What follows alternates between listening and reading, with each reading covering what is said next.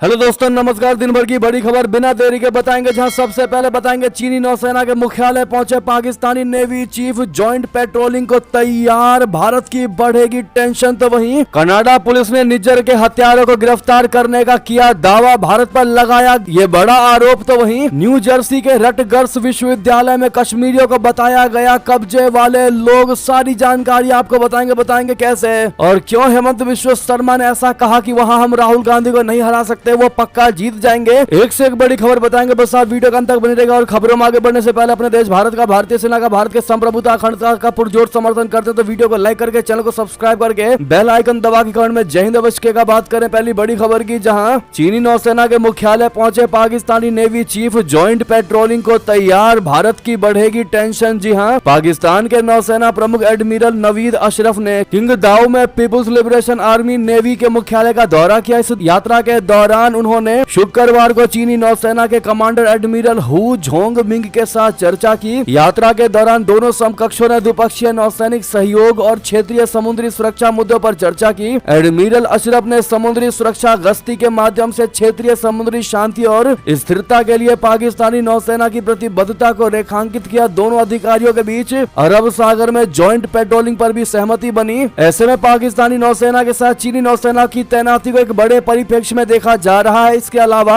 भारतीय नौसेना की अरब सागर में बढ़ती भूमिका को लेकर भी चीन आशंकित है। माना यह जा रहा है कि यही कारण है कि वो पाकिस्तान के साथ समुद्री गश्त लगाने को तैयार हुआ है, जो भारत के लिए बड़े ही टेंशन की खबर है। अब देखना ये होगा भारत इस पर क्या एक्शन लेता है। तो वहीं आपको बता दें, कनाडा पुलिस ने निज्जर के हत्यारों को गिरफ्तार करने का किया दावा, भारत पर लगाया ये गंभीर आरोप। जी हां, कनाडाई पुलिस ने खालिस्तानी आतंकवादी हरदीप सिंह निज्जर के हत्यारों को गिरफ्तार करने का दावा किया है। पुलिस ने कहा है कि उसने कथित हिट स्क्वाड के सदस्यों को गिरफ्तार किया है। जांचकर्ताओं ने आरोप लगाया है कि इन हत्यारों को भारत सरकार ने आतंकवादी हरदीप सिंह निज्जर की हत्या करने का काम सौंपा था। जांच से जुड़े करीबी सूत्रों ने सीबीसी न्यूज को भी ये बताया कि पुलिस कनाडा में 3 अतिरिक्त हत्याओं के संभावित लिंक की भी जांच कर रही है। इसमें एडमोंटन में 11 वर्षीय लड़के की गोली मारकर हत्या भी शामिल है। सूत्रों के अनुसार हिट स्क्वाड के सदस्यों पर आरोप है कि जिस दिन सरे के गुरु नानक सिंह गुरुद्वारे में निज्जर की हत्या हुई थी, उसी दिन उन्होंने शूटर, ड्राइवर और जासूस के रूप में अलग अलग भूमिकाएं निभाई थी। इन लोगों को कम से कम 2 प्रांतों में पुलिस कार्रवाई के दौरान शुक्रवार को गिरफ्तार किया गया था। तो वहीं आपको बता दें कि हत्यारों के नाम का अभी तक खुलासा नहीं हो पाया है। आप सभी को पता होगा दोस्तों, ट्रूडो ने इस मुद्दे पर भारत पर गंभीर आरोप लगाया था, भारत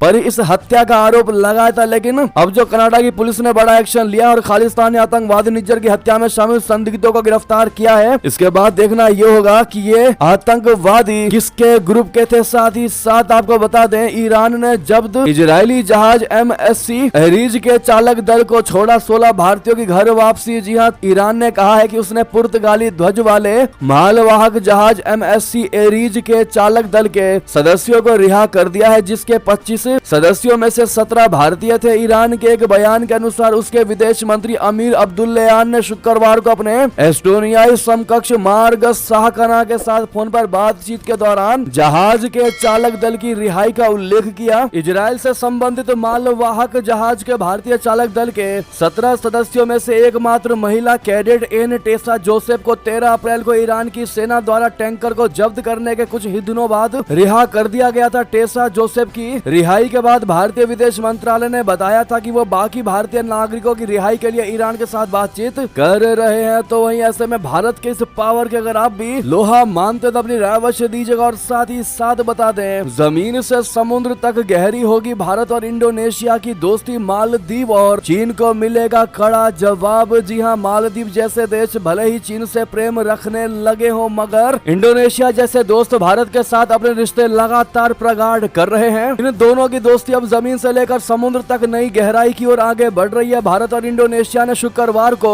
समुद्री सुरक्षा और सैन्य उपकरणों के उत्पादन सहित समग्र द्विपक्षीय रक्षा संबंधों को और अधिक विस्तारित करने का संकल्प लिया है। ये मालदीव और चीन के बीच पनपे नए प्रेम का एक तरह से जवाब भी है, क्योंकि रणनीतिक रूप से इंडोनेशिया से भारत की दोस्ती काफी महत्वपूर्ण है। हालांकि इंडोनेशिया से भारत का संबंध कोई नया नहीं है, मगर अब दोनों देश अपने पुराने संबंधों को नई ऊंचाई पर ले जाने को एक साथ निकल पड़े हैं। जी हां, दिल्ली में हुई 7वीं भारत इंडोनेशिया संयुक्त रक्षा सहयोग समिति की बैठक में दोनों देशों के बीच रक्षा और रणनीतिक संबंधों के विभिन्न पहलुओं पर चर्चा हुई। हुई। तो वहीं आपको बता दें पूर्व पीएम इमरान खान की चिट्ठी से पाकिस्तान में आया भूचाल, कहा सेना करवाना चाहती है मेरी हत्या। जी हां, पाकिस्तान के पूर्व प्रधानमंत्री इमरान खान ने जेल से एक चिट्ठी लिखकर देश की सियासत में भूचाल खड़ा कर दिया है। इमरान खान ने अपने देश की सेना पर बेहद सनसनीखेज आरोप लगाया है, इससे हड़कंप मच गया। इमरान खान ने दावा करते हुए कहा है कि पाकिस्तान की सेना मेरी हत्या करवाना चाहती है। इसके साथ ही उन्होंने देश की खराब स्थिति पर दुख जताते हुए कहा कि देश की स्थिति इतनी भयावह है कि उनके जैसा नेता जेल में बंद है, उन्हें भ्रष्टाचार के आरोपों के तहत जेल में रखा गया है। ब्रिटेन के डेली टेलीग्राफ अखबार के लिए रावलपिंडी की अदयाला जेल से लिखे गए एक स्तंभ में क्रिकेटर से नेता बने 71 वर्षीय खान ने इमरान खान ने अपने पिछले दावे को दोहराया कि अगर उन्हें या उनकी पत्नी को कुछ भी हुआ तो इसके लिए सेनाध्यक्ष जनरल असीम मुनीर जिम्मेदार होंगे, जिसके बाद पूरे पाकिस्तान में तहलका मच गया है। तो वहीं आपको बता दें ताइवान को डरा धमका रहा ड्रैगन, सीमा पर भेजा 26 एयरक्राफ्ट और 5 लड़ाकू जहाज। जी हां, ताइवान के रक्षा मंत्रालय ने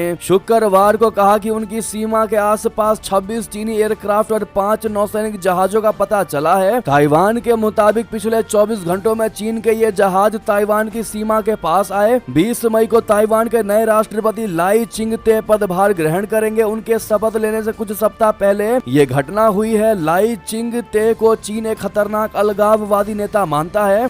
द डेली स्टार न्यूज के मुताबिक ताइवान के रक्षा मंत्रालय ने एक बयान में कहा कि 17 विमान मध्य रेखा को पार कर ताइवान के उत्तरी और मध्य यानी अडीज में प्रवेश कर गए हैं। ये रेखा ताइवान जलडमरू मध्य को 2 भागों में विभाजित करती है, जो 180 किलोमीटर का एक संकीर्ण जलमार्ग है। ये ताइवान द्वीप को चीन की धरती से अलग करता है। साथ ही आपको बता दें इंडिया आसियान बैठक के बाद बोले विदेश मंत्री जयशंकर जी, समूह के देशों के साथ बढ़ेगी रणनीतिक साझेदारी। जी हां, विदेश मंत्री जयशंकर जी ने शुक्रवार को देश की राजधानी में दक्षिण पूर्वी एशियाई राष्ट्रों का संगठन समूह के साथ बैठक की। इस दौरान उन्होंने आसियान समूह के देशों के साथ रणनीतिक साझेदारी को बढ़ाने पर जोर दिया। विदेश मंत्री ने विश्वास जताया कि भारत और 10 देशों के समूह आसियान के बीच समग्र रणनीतिक साझेदारी और बढ़ेगी। इसके साथ आसियान देशों की ताकत में भी इजाफा होगा। जयशंकर जी ने आसियान के वरिष्ठ अधिकारियों के एक समूह से मुलाकात के बाद ये बात कही। विदेश मंत्री ने सोशल मीडिया मंच एक्स पर कहा कि नई दिल्ली में आज दोपहर आसियान के वरिष्ठ अधिकारियों का स्वागत करके खुशी हुई। हमारे सहयोग में प्रगति के बारे में बताए जाने से प्रसन्न हूँ। आसियान भारत बैठक भारत के राजनयिक कैलेंडर की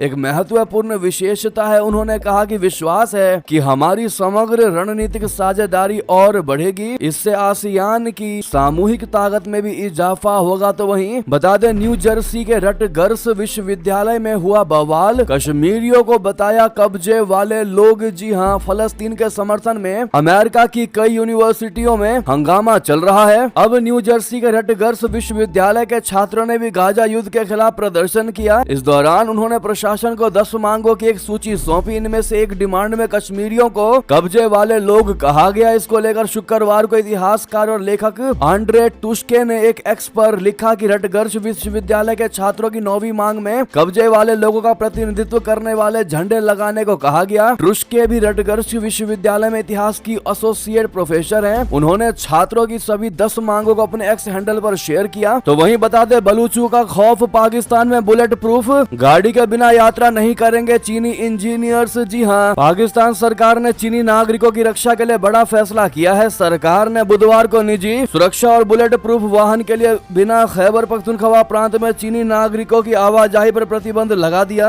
इस फैसले के बाद कई चीनी व्यापारियों को बिना सुरक्षा के होटलों में कैद कर दिया गया। दूसरी ओर पाकिस्तान के गृह विभाग ने धमकी देते हुए कहा है कि 2 दिनों के भीतर बुलेट प्रूफ वाहन नहीं लेने वाली परियोजना इंस्टॉलेशन को बंद कर दिया जाएगा। विभाग ने कहा कि चीनी कंपनियों के काम करने वाली जगहों पर जाने के लिए कंपनियां या तो बुलेट प्रूफ वाहन खरीदें या फिर उन्हें किराए पर ले। गौरतलब है कि पाकिस्तान और खासकर बलूचिस्तान के अलग अलग इलाकों में चीनी नागरिकों पर बड़े पैमाने पर हमले हुए हैं। यानी कि अब पाकिस्तान को अकल ठिकाने उसी का दोस्त चाइना लगाएगा और उसको बताएगा कि सुरक्षा किसे कहते हैं। तो वहीं बता दे 5 आइज के निशाने पर अपना भारत क्या मोदी सरकार के खिलाफ साजिश रच रहे हैं कनाडा और अमेरिका। आपको बता दें भारत में लोकसभा चुनावों के बीच अमेरिका के नेतृत्व वाले 5 आइज गठबंधन ने प्रधानमंत्री नरेंद्र मोदी की सरकार के खिलाफ मोर्चा खोला हुआ है। इन 5 देशों की सरकार समर्थक मीडिया हर दिन भारत विरोधी कोई नई रिपोर्ट प्रकाशित करती है। इन रिपोर्टों में तथा कथित सूत्रों के आधार पर मोदी सरकार को निशाना बनाया जाता है। 5 आई खुफिया गठबंधन के देशों में से कनाडा, ब्रिटेन, अमेरिका और ऑस्ट्रेलिया मीडिया में प्रकाशित हालिया रिपोर्टों में मोदी सरकार पर कनाडा में भिंडरा वाले टाइगर फोर्स के आतंकवादी हरदीप सिंह निज्जर की हत्या में शामिल होने और हत्या की साजिश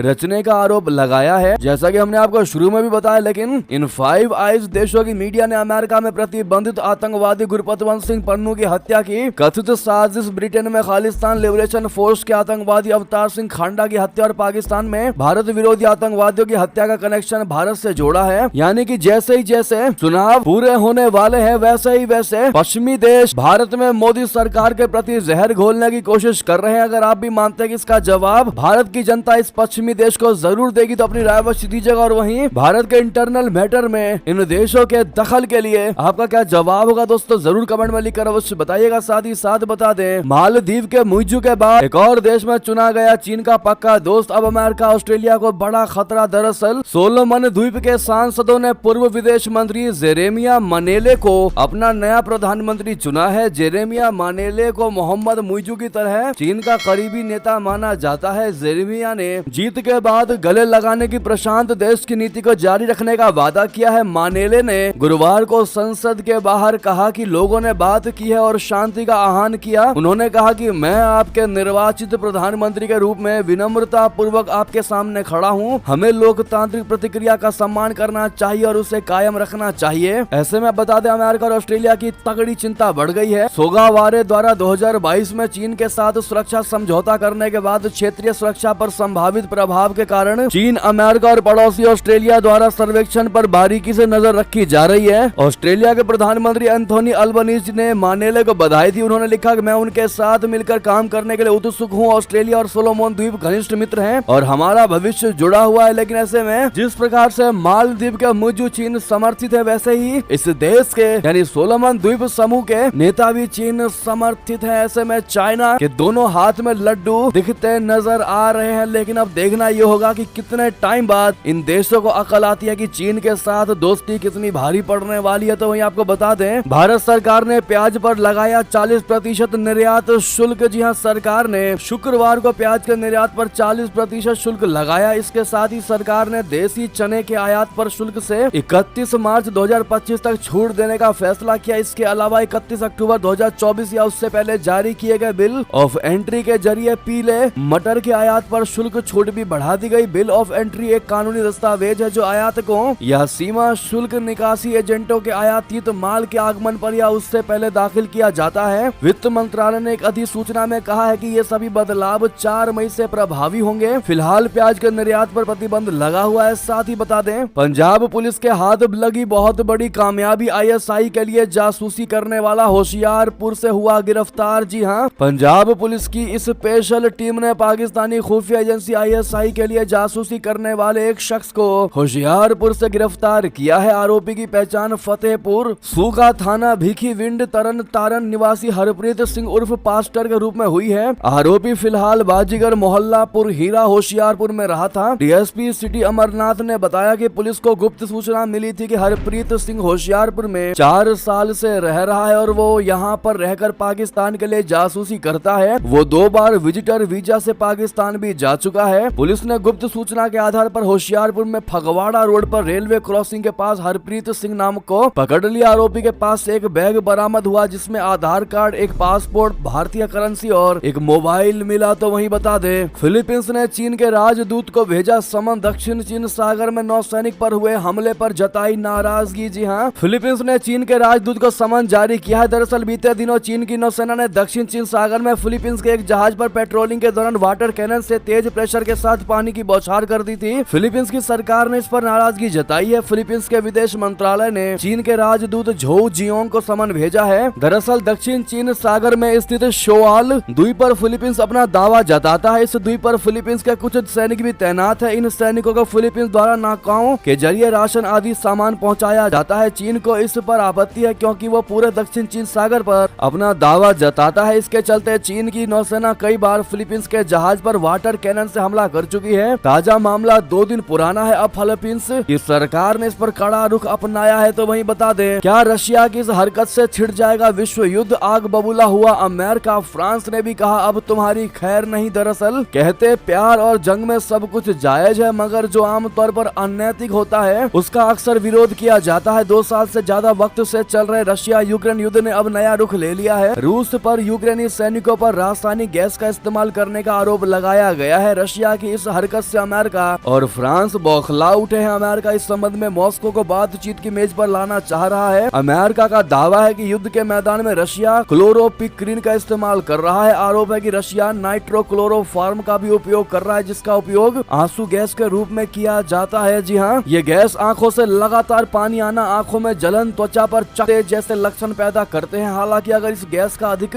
मात्रा में उपयोग किया जाए तो ये फेफड़ों तक को नुकसान पहुंचा सकती है। वैसे में रशिया की इस हरकत पर फ्रांस बौखला गया है। हालांकि रशिया ने अपने ऊपर लगे इन आरोपों को निराधार बताते हुए खारिज कर दिया है। जी हाँ, साथ ही साथ बता दें, इतना ही नहीं, अफ्रीका में अमेरिका को लगा तगड़ा बड़ा झटका। नाइजर ने रशिया को दिया अमेरिकी सेना का एयरबेस, मुंह देखते रह गए जो बाइडेन। दरअसल पश्चिमी अफ्रीकी देश नाइजर ने अमेरिका को बड़ा झटका देते हुए अपने एयरबेस में रूसी सेना के प्रवेश की इजाजत दे दी है। रूस के सैनिकों को जिस एयरबेस में इजाजत दी गई वो अमेरिकी सैनिकों के पास रहा। राइटर्स की रिपोर्ट के मुताबिक रूसी सैन्य कर्मियों ने नाइजर में एक एयरबेस में प्रवेश कर लिया है। ये कदम नाइजर के जुंटा द्वारा अमेरिकी सेना को देश से बाहर निकालने के फैसले के बाद उठाया गया है। नाइजर के सैन्य शासन ने हाल ही में अमेरिका से कहा था कि वो अपने 1000 सैन्य कर्मियों को वापस बुलाएं। पिछले साल तख्ता पलट तक विद्रोहियों के खिलाफ अमेरिका की लड़ाई में नाइजर एक प्रमुख भागीदार बना हुआ था। साथ ही बता दें, सीरिया में हुई अमेरिकन एयर स्ट्राइक में मारा गया आम नागरिक पेंटागन ने गलती स्वीकारी। जी हां, पेंटागन ने गुरुवार को एक आंतरिक जांच में स्वीकार किया है कि संयुक्त राज्य अमेरिका ने गलती से 2023 के ड्रोन हमले में सीरिया में एक नागरिक को मार डाला था। इसने कहा कि अमेरिकी फोर्सेज ने अल कायदा टारगेट की गलत पहचान की थी। राइटर्स के मुताबिक अमेरिकी सेंट्रल कमांड ने एक बयान में क्लासिफाइड जानकारी का हवाला देते हुए कहा कि वो जांच के कई विवरण सार्वजनिक रूप से साझा नहीं कर सकता है। हमला सशस्त्र संघर्ष के कानून और अमेरिकी नीतियों का अनुपालन करता है। तो वहीं आपको बता दें, प्रेस स्वतंत्रता मामले में भारत की स्थिति पाकिस्तान और सूडान से भी खराब, चौंकाने वाली ये रिपोर्ट बता दें। कल अंतर्राष्ट्रीय प्रेस स्वतंत्रता दिवस था। इस मौके पर भारत समेत दुनिया भर में प्रेस की स्वतंत्रता को लेकर चर्चा हो रही थी। इस बीच रिपोर्ट्स विदाउट बॉर्डर ने प्रेस फ्रीडम को लेकर इंटरनेशनल रैंकिंग जारी कर दी। इसमें कुल 180 देशों को शामिल किया गया है। सबसे पहले पायदान पर नॉर्वे है, जिसका ग्लोबल स्कोर 91.89% है। इसके बाद डेनमार्क 89 ग्लोबल स्कोर के साथ दूसरे नंबर पर है। तीसरे नंबर पर स्वीडन है, जिसका स्कोर 88.32 है। इसके बाद चौथे और 5वें स्थान पर क्रमशः नीदरलैंड और फिनलैंड है, जिनका ग्लोबल स्कोर 87.73 व 86.55 है। अगर भारत की बात करें तो प्रेस स्वतंत्रता मामला है, हमारी स्थिति पाकिस्तान और सूडान से भी खराब है। जी हाँ दोस्तों, रिपोर्ट्स विदाउट बॉर्डर की रैंकिंग के मुताबिक भारत इस लिस्ट में 159वें पायदान पर है, जिससे ग्लोबल की स्कोर की बात करें तो 31% मिला है। पाकिस्तान का स्कोर 33% है। जी हाँ, और उसकी रैंकिंग 152 है। ऐसे में हम आपको वही खबर बता रहे हैं जो इस रिपोर्ट में जारी की गई है। रिपोर्ट्स विदाउट बॉर्डर की रैंकिंग के मुताबिक जो आंकड़े जारी किए गए वो हमने आपको बताया, लेकिन इस पर आपकी क्या राय होगी कमेंट में लिखकर अवश्य बताइएगा। तो वहीं आपको बता दें, पीएम मोदी जी 14 मई को वाराणसी में नामांकन करेंगे दाखिल। मेगा रोड शो का संभावित रूट आया सामने। जी हाँ, भारतीय जनता पार्टी की तरफ से पीएम नरेंद्र मोदी वाराणसी से तीसरी बार लोकसभा चुनाव लड़ने जा रहे हैं। वाराणसी में 7 मई से 14 मई के बीच